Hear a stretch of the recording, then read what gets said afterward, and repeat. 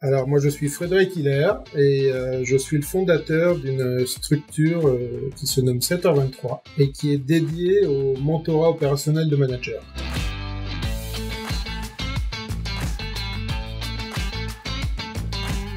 Hello Frédéric, ravi de t'accueillir sur le podcast Cas d'entreprise. Est-ce que je peux te laisser te présenter ? Bien sûr Camille, d'abord bonjour et merci. Alors moi je suis Frédéric Hiller et je suis le fondateur d'une structure qui se nomme 7h23 et qui est dédiée au mentorat opérationnel de managers.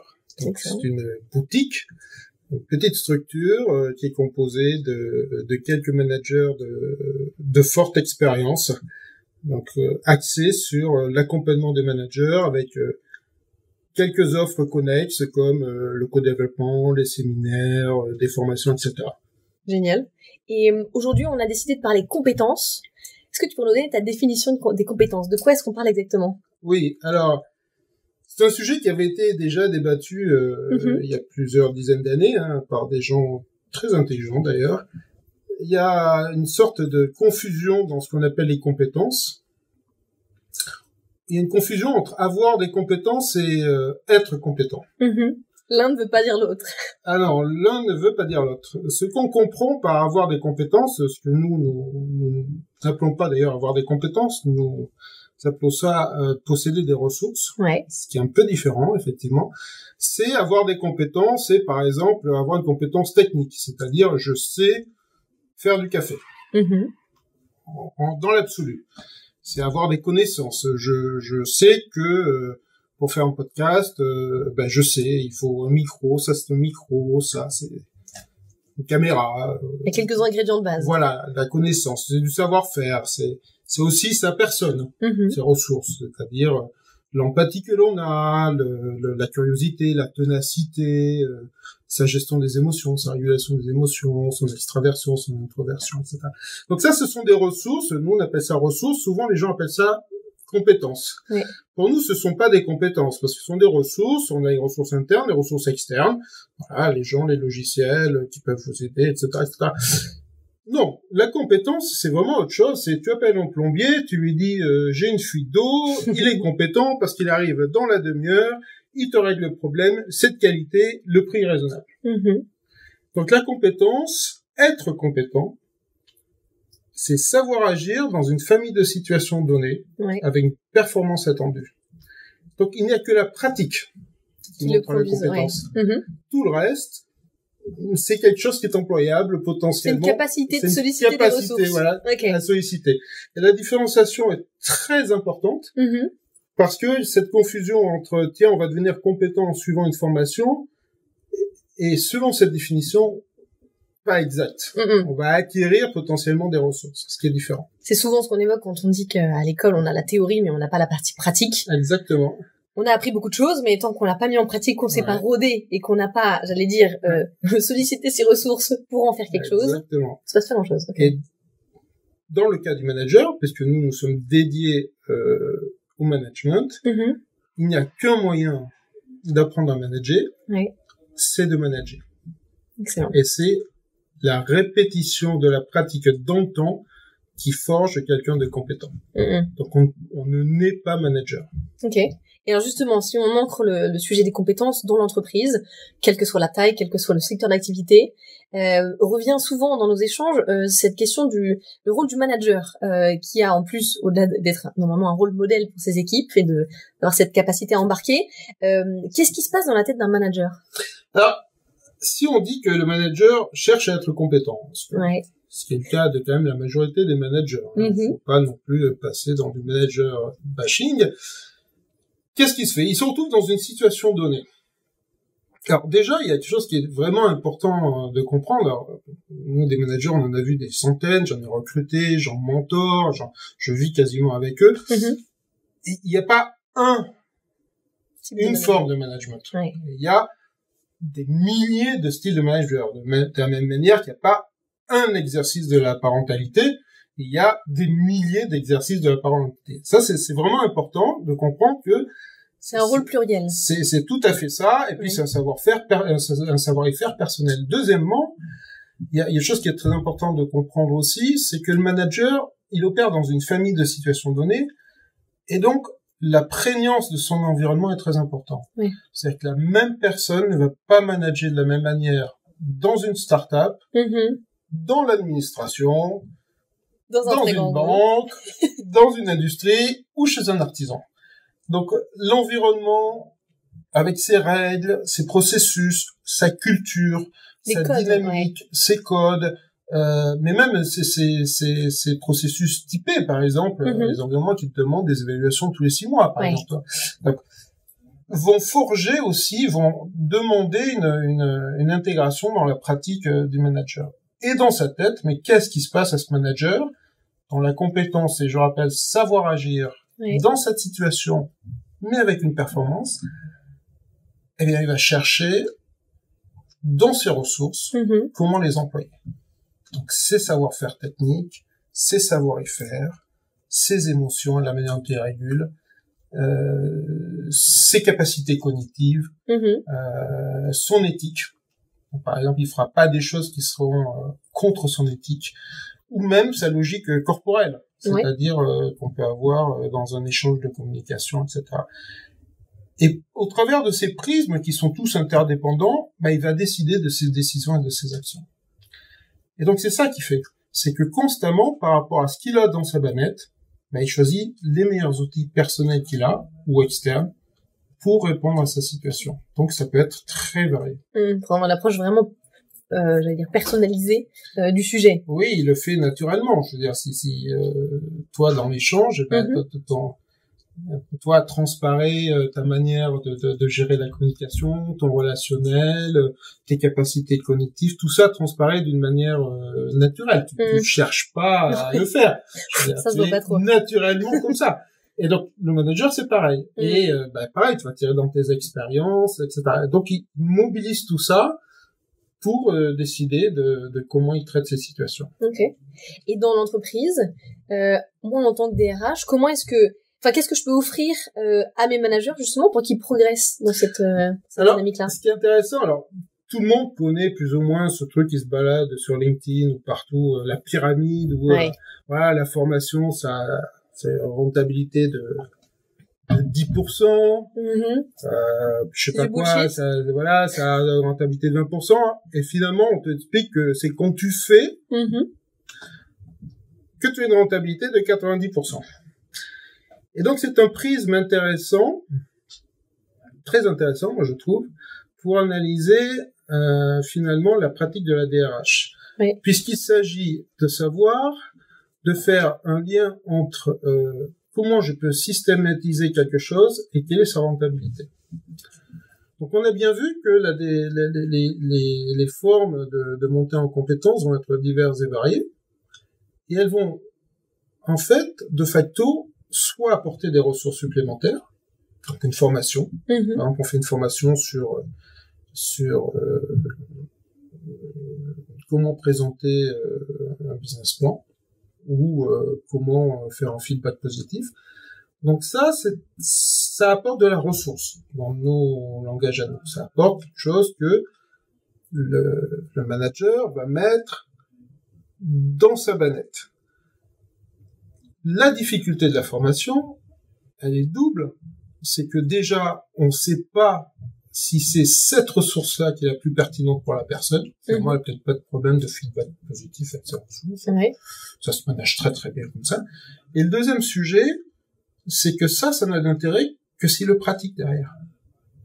C'est-à-dire que tout le monde a lu des bouquins comment jouer au piano ou faire de la guitare.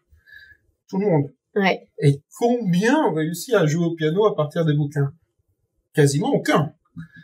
Parce que l'apprentissage, c'est l'apprentissage par la pratique. Donc, la formation doit être bien pensée par rapport à la qualité de l'attente du manager. Ça, c'est le premier sujet. Il y a un deuxième accompagnement qui s'est fortement développé ces 10 ou 20 dernières années, qui est le coaching. Alors, le coaching est un accompagnement intéressant parce que c'est un accompagnement personnalisé.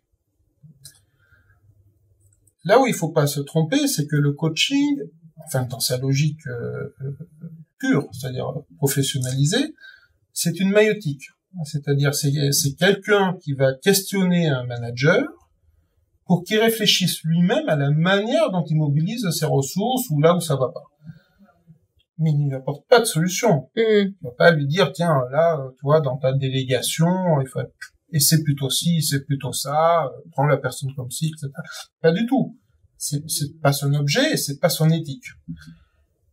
Le présupposé de ça, c'est que cette maïotique présuppose que la personne a déjà ses ressources. Exactement. C'est-à-dire qu'elle sait faire potentiellement, mais qu'elle n'a pas libéré son potentiel parce qu'elle a un levier qui la bloque, qui la contraint. Alors ça marche très très bien souvent dans des sujets comme la gestion du stress.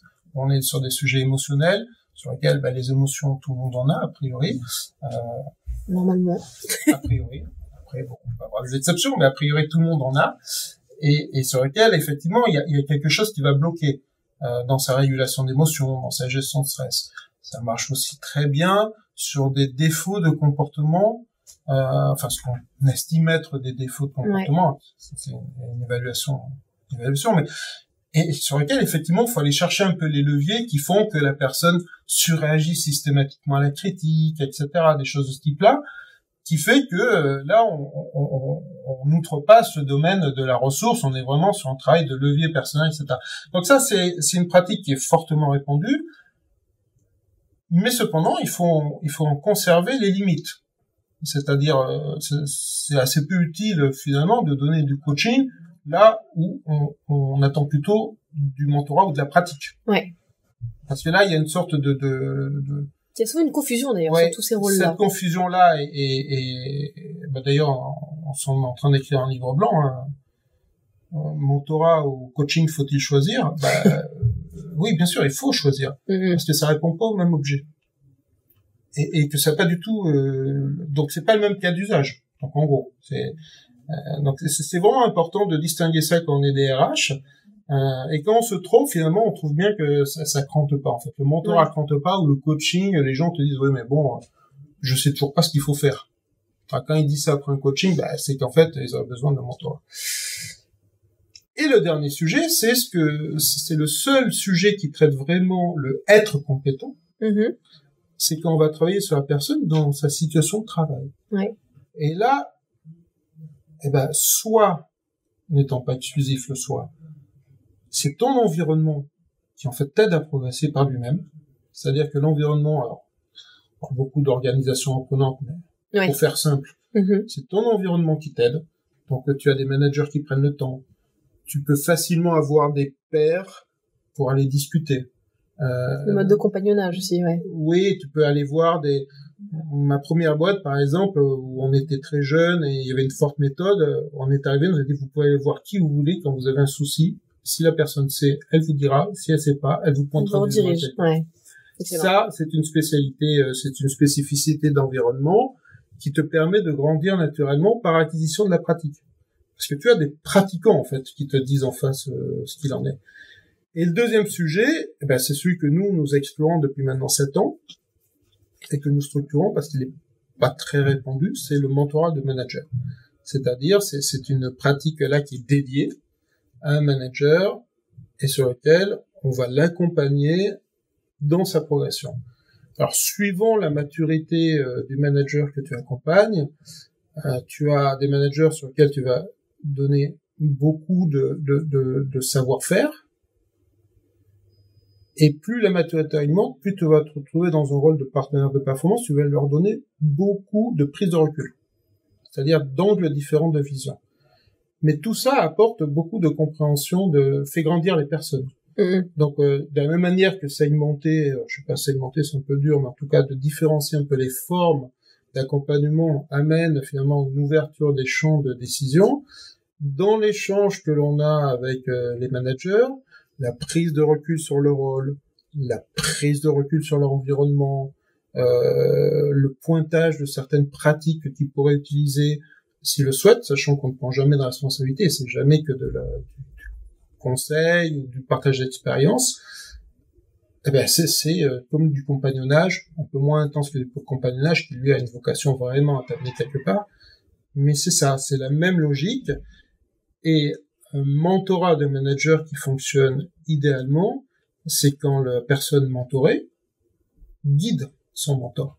Okay. En fait, elle l'utilise au maximum de ses capacités, et donc ça devient une sorte d'intelligence non artificielle. Vous avez bien justement quid de l'IA. Aujourd'hui, on se dit que ça va révolutionner, qu'on va tous devenir super compétents, que ça va nous permettre de monter à des niveaux justement, d'expertise encore plus poussés, toujours plus loin, toujours plus fort. L'enjeu, c'est quand même de continuer d'apprendre à apprendre, et cette capacité justement de mobiliser nos ressources, comme tu l'évoquais, pour justement que dans la pratique, ça aboutisse à quelque chose quand même d'assez costaud. Quelle est ton intuition par rapport à ça? Déjà, il faut séparer les sujets. Il y a l'IA pour le manager et l'IA pour le mentorat. Ok, go for it. D'accord. Si on prend l'IA pour le mentorat, parce que l'IA pour le manager va aussi dépendre de son industrie, de là où il gère, etc. Ça. Des sujets qui portent. Ouais, des sujets qui portent. Ça. Donc voilà, c'est sûr qu'il va y avoir un impact, lequel c'est un peu variable. Après, on peut conceptualiser, mais restons sur le mentorat, par exemple. Ce qui est intéressant, c'est que déjà le mentor, première conséquence, s'il a en face de lui un manager qui va avoir une implication forte de l'IA, lui-même devra avoir un contenu IA en miroir du manager. Première conséquence évidente. La deuxième, c'est dans le mentorat de manager, il y a deux grands domaines de compétences. Il y a le domaine du contenu que tu transmets ou que tu cherches à transmettre, et le domaine de la transmission. D'accord? Dans le domaine du contenu que tu cherches à transmettre, ce qui est intéressant avec l'IA, c'est que ça te permet d'aller plus rapidement sur des logiques de structuration du contenu. C'est-à-dire que prenons un exemple concret. Quelqu'un te pose une question sur une délégation. Te dit, mais question que j'ai dans les mentorats régulièrement, comment je gère mieux mon équipe? Ça démarre comme ça, par exemple. Donc, on creuse. D'accord? Et il faut lui donner des éléments de contenu. Donc, tu tapes sur ChatGPT, tu lui demandes, donne-moi 2-3 modèles de management, il va te sortir ou de leadership, il va te sortir, par exemple, le management situationnel, que moi j'utilise très couramment, ou d'autres, d'accord. Alors c'est intéressant parce que du point de vue du mentorat, ça te donne des cas de référence sur lesquels tu peux travailler. Le mentor, lui, ce qu'il fait, il sort pas de ChatGPT, il donne pas la feuille. Heureusement. Ça n'a aucun intérêt. Lui, il a suffisamment d'expérience, c'est pour ça qu'il faut des gens d'expérience, pour contextualiser, pointer du doigt ce qui peut être intéressant d'appliquer avec un tel cadre de référence dans la logique de la personne. Donc, il y a un apport de ressources qui peut être important, un accès à l'information structurée qui peut être important côté IA, par exemple. Après, dans les programmes de mentorat... Pas convaincu. Non. L'appariement entre mentor et mentoré, à mon avis, demande un peu plus d'intelligence que juste l'IA à date. Make sense. Ouais, pas pour tout le monde. Hein. Ouais. Mais pour moi, je trouve que ça va amener parce que l'appariement, c'est une appréhension fine du modèle de compétence de la personne. Et une appréhension fine du modèle de la compétence, c'est quand même compliqué. Ok. On arrive sur la dernière partie du podcast. Est-ce qu'il y a une question ou un sujet que tu aimerais aborder, question que je n'ai pas posée jusqu'à maintenant? Une question que tu n'as pas posée jusqu'à maintenant et que j'aimerais aborder. Oui, moi j'en ai une qui était personnelle. Est-ce que toi, tu as déjà imaginé, est-ce que toi, tu aurais aimé avoir un mentor? Alors, j'aurais aimé, j'espère que c'est pas trop tard. Ouais. J'espère qu'en tant que jeune DRH... Ou est-ce que tu aimerais en avoir un? J'aimerais en avoir un. Très très certainement. Et quand je dis très certainement, ça fait déjà un moment que j'y pense. Et je suis assez convaincue, peut-être parce que j'ai eu cette chance, j'allais dire, ou cette opportunité de rapidement arriver à des niveaux de responsabilité assez importants pour graviter donc depuis une petite dizaine d'années dans cet univers de la tech, avec ses enjeux forts de scalabilité, de trouver des relais de croissance, etc. C'est pas forcément évident. Au-delà de la légitimité qu'on peut, j'allais dire, s'octroyer, je m'entends, si on peut se l'octroyer, ou du moins que le regard des autres puisse être aussi fort là-dessus. Un mentor, pour moi, permet de sortir de son contexte, de son cadre, pour mieux y revenir. Il permet de, justement, nous amener à solliciter des ressources qu'on n'aurait même pas imaginées. On l'a évoqué d'ailleurs lors de notre premier échange, lors de notre café avec Frédéric. Ce qui est très rigolo, c'est qu'en quelques minutes, on avait drifté sur le sujet de la musique, des aficionados et des musiciens. J'ai particulièrement apprécié que mes parents nous proposent de jouer d'un instrument. J'en joue de deux, violoncelle et piano. Ça ne s'invente pas. Et un peu dans cette optique-là, il faut un professeur de musique, il faut un professeur de violoncelle, un professeur de piano, seul en effet. Alors on peut regarder des tutos et des super applications aujourd'hui, tant mieux pour ceux qui y arrivent, mais je suis assez convaincue que il y a toute cette notion de transmission, et le mentor pour moi n'a pas besoin d'être la personne la plus âgée du monde pour nous transmettre quelque chose. Je pense qu'entre pairs aussi on peut se transmettre beaucoup, se partager nos tips and tricks, les meilleures pratiques, et surtout, tu l'as évoqué, cette notion de miroir. Parce qu'en partageant nos réalités, tu vas me partager les tiennes, je vais m'assurer tiens, tu m'as partagé quelque chose que je n'ai même pas imaginé dans mon quotidien, est-ce que ce serait applicable ou pas? Et j'aurais en fait cette capacité de me poser la question un peu en continu et en fait moi dans tout ça, quand je sollicite mes collaborateurs, quand je fais quelque chose, est-ce que ça fait sens? Est-ce que pour moi aussi il y a quelque chose est-ce que je suis bien, j'allais dire, recentré sur mes sujets de prédilection, ou est-ce que je m'y retrouve? Enfin voilà, toute cette notion-là, je trouve est assez forte. Et c'est bien évidemment, je pense, un enjeu de tous d'être bien entouré. C'est intéressant, je rebondis. À ce stade, nous, les 3 grands cas d'usage qu'on voit des mentorats managériaux sont tu prends une nouvelle fonction. Ouais.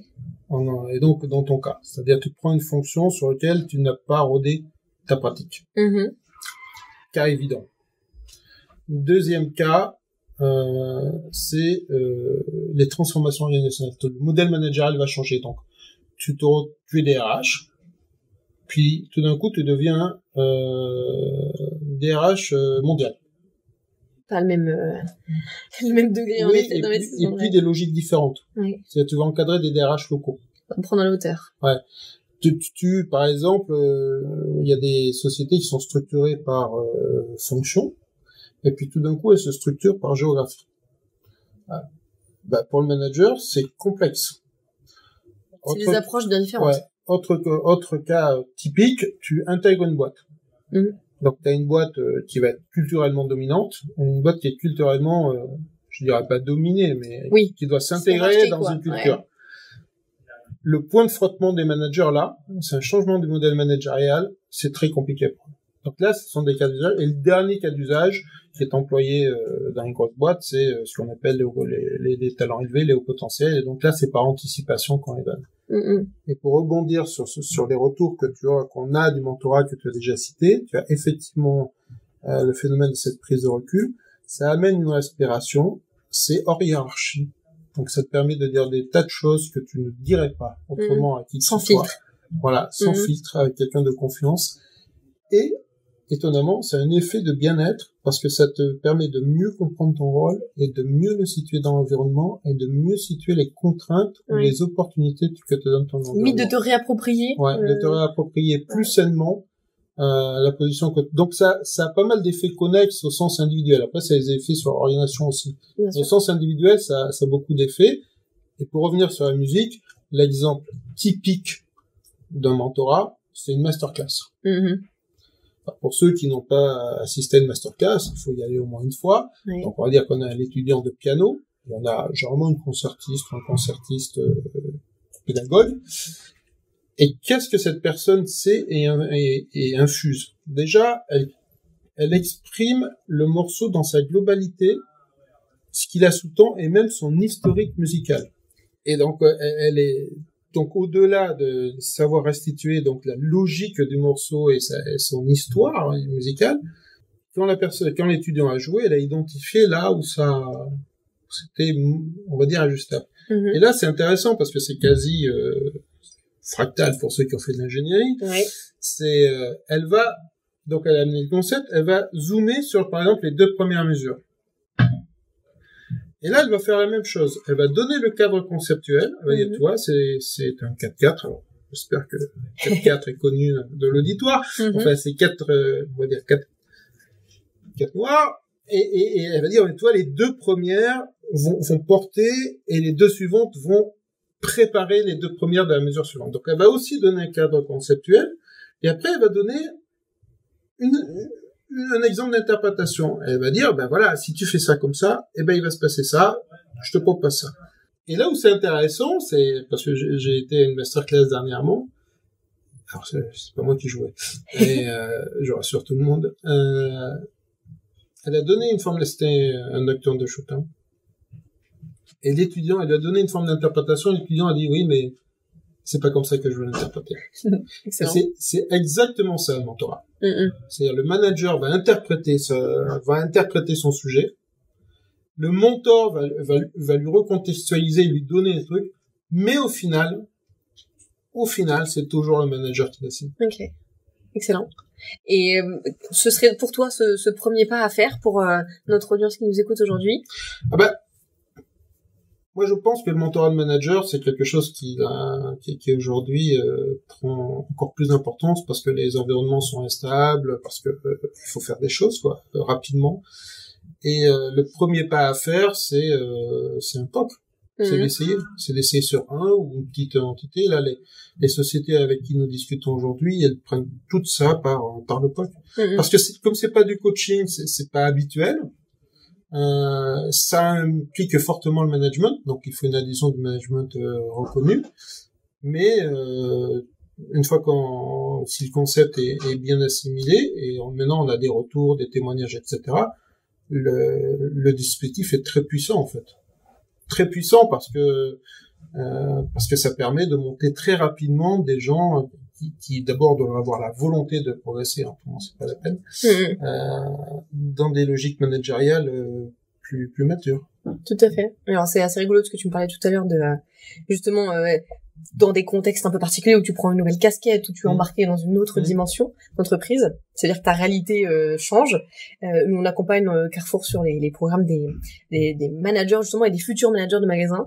Bah pareil, ça s'invente pas. Si du jour au lendemain ton manager viendra et tu dis toi demain tu seras le manager de magasin, c'est quand même assez chouette de pouvoir se sentir embarqué dans un programme, qu'on te donne des clés de lecture, qu'on te permette de démystifier un peu ce que ça veut dire, cette nouvelle casquette, de rendre compte des réalités qui t'attendent, des missions et du périmètre qui vont t'incomber, plutôt que de juste du jour au lendemain te dire bon bah voilà, je te jette dans le grand bain. Donc tu me partageais, tu me proposais cette réflexion autour de est-ce que tu aimerais être mentoré. Je suis assez convaincue qu'on devrait tous l'être, perso comme pro d'ailleurs, hein, les deux feraient sens parce que ça permet une meilleure connaissance de soi et une belle expression, j'allais dire Alors, il faut savoir qu'en termes perso, ça existe dans des cultures. Hein. Mon épouse n'est pas française et d'un pays de l'Est. Ils ont au mariage, on a ce qu'on appelle des parrains. C'est génial. Il y a des marraines. Dont l'objet, c'est de te guider dans la vie. Que tu sollicites comme ça. Ouais. Ok. Et il faut savoir aussi que la systématisation du mentorat existe dans certaines sociétés, notamment au sens professionnel américaine.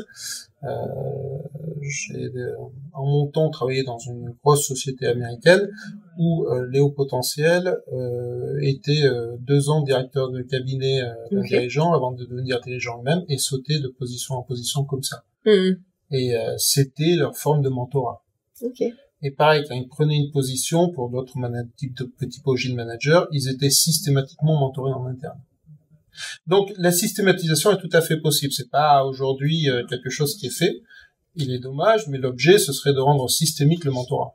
Excellent. Nous, on en a fait un métier, un peu plus exigeant. Alors justement, je vous invite pour ce mot de la fin. Je veux te remercier Frédéric pour tous ces partages et ces intuitions fortes que tu portes. Proposer à l'audience de te solliciter justement pour creuser et approfondir ce sujet-là. Merci encore, c'était très riche de t'écouter. Merci Camille, je vais réfléchir à un mentor pour toi. Génial. Merci encore Frédéric. Merci à bientôt. Camille. Merci.